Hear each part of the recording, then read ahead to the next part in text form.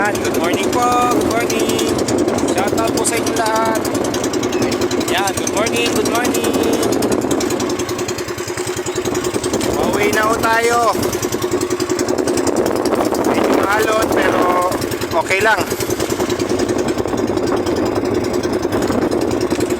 Nauwi tayo kasi walang patawi.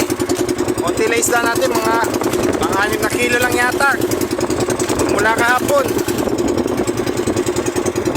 Yun na, uwi na tayo kasi nagdatahan-tahan nga lang ako mahina rin patakbo ko para hindi masyadong makonsumo sa gasolina. Sa lahat ng mga followers ko, shoutout po sa inyo. At saka din po sa mga bagong followers din po. Okay, like, follow, and share na rin po yung video natin. Ilang araw po tayong hindi malakot. 4 yata, 5 araw. Ngayon, pagbalik natin, konti lang yung dawi. Kasi malaki na yung buwan. Ganun talaga pag malaki na yung buwan.